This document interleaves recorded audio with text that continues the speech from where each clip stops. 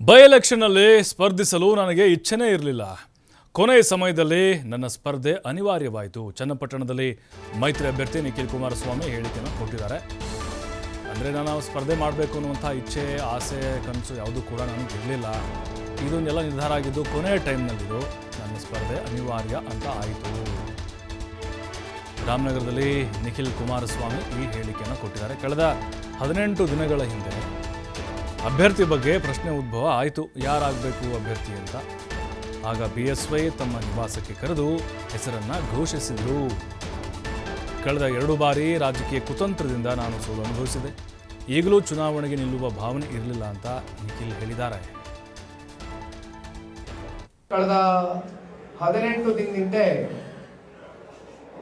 ಈ ಒಂದು ಉಪ ಚುನಾವಣೆಗೆ ಅಭ್ಯರ್ಥಿ ಯಾರಾಗಬೇಕು, ಯಾರು ಇಡೀ ರಾಜ್ಯ ಸರ್ಕಾರವನ್ನ ಎದುರಿಸ್ತಕ್ಕಂಥ ಸಾಮರ್ಥ್ಯವನ್ನ ಹೊಂದಿದ್ದಾರೆ ಅಂತಕ್ಕಂಥ ಒಂದು ಪ್ರಶ್ನೆ ಉದ್ಭವವಾದಾಗ ರೈತ ನಾಯಕರು, ಮಾಜಿ ಮುಖ್ಯಮಂತ್ರಿಗಳು, ನಮ್ಮೆಲ್ಲರ ಮಾರ್ಗದರ್ಶಕರು ಸನ್ಮಾನ್ಯ BS ಯಡಿಯೂರಪ್ಪ ಸಾಹೇಬರು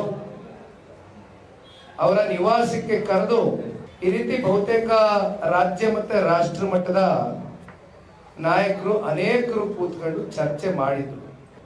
ನಿಖಿಲ್ ಕುಮಾರಸ್ವಾಮಿ ಒಬ್ಬ ಸಮರ್ಥವಾದಂತ ಅಭ್ಯರ್ಥಿ ಅಂತಕ್ಕಂಥ ತೀರ್ಮಾನ ಮಾಡಿ ಘೋಷಣೆ ಮಾಡಿ ನನ್ನನ್ನು ಕಣಕ್ಕಿಳಿಸಿದ್ರು. ನನ್ನ ಕಳೆದ 2 ಚುನಾವಣೆಗಳ ಸೋಲು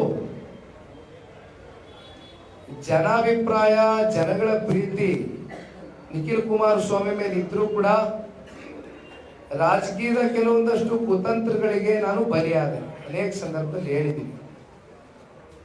2 ಚುನಾವಣೆಗಳ ಹಿನ್ನಡೆಯ ಬಳಿಕ ಈ ಕೂಡಲೇ ನಾನು ಚುನಾವಣೆಗೆ ಸ್ಪರ್ಧೆ ಮಾಡಬೇಕು ಅಂತಕ್ಕಂಥದ್ದು ಕಿಂಚಿತ್ತು ನನ್ನ ಮನಸ್ಸಲ್ಲಿ ಭಾವನೆ ಇರಲಿಲ್ಲ. ಅದು ಬಹಳ ಸ್ಪಷ್ಟವಾಗಿ ಮಾಧ್ಯಮದ ಸ್ನೇಹಿತರ ಮುಂದೆ ಹಂಚ್ಕೊಂಡಿದ್ದೆ. ನಮ್ಮ ಕಾರ್ಯಕರ್ತರು, ಮುಖಂಡರು ಬಹಳ ಜನ ಇವತ್ತಿಲ್ಲಿ ಕೂತಿದ್ದಾರೆ. ನಾನು ತಾಲೂಕಿಗೆ ಯಾವಾಗ ಈ ಗೊಂದಲ ಸೃಷ್ಟಿಯಾಯಿತು, ನಮ್ಮ ಕಾರ್ಯಕರ್ತರಿಗೆ ಇವತ್ತು ನಾನು ಒಬ್ಬ ಪಕ್ಷದ ಕಾರ್ಯಕರ್ತನಾಗಿ ನಿಮ್ಮ ಜೊತೆಯಲ್ಲಿ ಇರ್ತೇನೆ, ಯಾರು ಕೂಡ ನೀವು ಗೊಂದಲಕ್ಕೆ ನಿಮ್ಮ ಮನಸ್ಸುಗಳು ಎಡೆ ಮಾಡತಕ್ಕಂಥದಕ್ಕೆ ನಾವು ಬಿಡೋ ಪ್ರಶ್ನೆ ಇಲ್ಲ, ನಿಮ್ಮ ಜೊತೆಯಲ್ಲಿ ನಾವು ಇರ್ತೇವೆ. ಸನ್ಮಾನ್ಯ ದೇವೇಗೌಡರು, ಕುಮಾರಣ್ಣರು ನಮ್ಗೆ ಆದೇಶ ಕೊಟ್ಟಿದ್ದಾರೆ, ದಯಮಾಡಿ ಪ್ರತಿ ಗ್ರಾಮಕ್ಕೂ ಭೇಟಿ ಮಾಡಿ ಪಂಚಾಯತಿ ಹೆಡ್ ಕ್ವಾರ್ಟರ್ಸ್ಗಳಲ್ಲಿ ಕೂತು ನಮ್ಮ ಲೀಡರ್ಗಳ ಜೊತೆ ಒಂದು ಬೆನ್ ತಟ್ಟತಕ್ಕಂಥ ಕೆಲಸ ಮಾಡಬೇಕು ಕಣಪ್ಪ ಅಂತ ನನಗೆ ಆದೇಶ ಹೊರಡಿಸಿದ್ರೆ ನಾ ಬಂದ ಕ್ಷೇತ್ರಕ್ಕೆ. ಬಹಳ ಜನ ಹಿರಿಯರು ಎಲ್ಲರಿಗೂ ಗೊತ್ತಿದೆ, ನಾನೇನು ಈ ಚುನಾವಣೆಯಲ್ಲಿ ಸ್ಪರ್ಧೆ ಮಾಡಬೇಕು ಅಂತಕ್ಕಂಥದ್ದು ಕಿಂಚಿತ್ತು ಭಾವನೆ ಇರಲಿಲ್ಲ. ಅದಕ್ಕೆ ಬೇರೆ ಇನ್ನೇನಿಲ್ಲ. ಕಳೆದ 18 ದಿನದಿಂದ ಈ ಒಂದು ಉಪ ಚುನಾವಣೆಗೆ ಅಭ್ಯರ್ಥಿ ಯಾರಾಗಬೇಕು,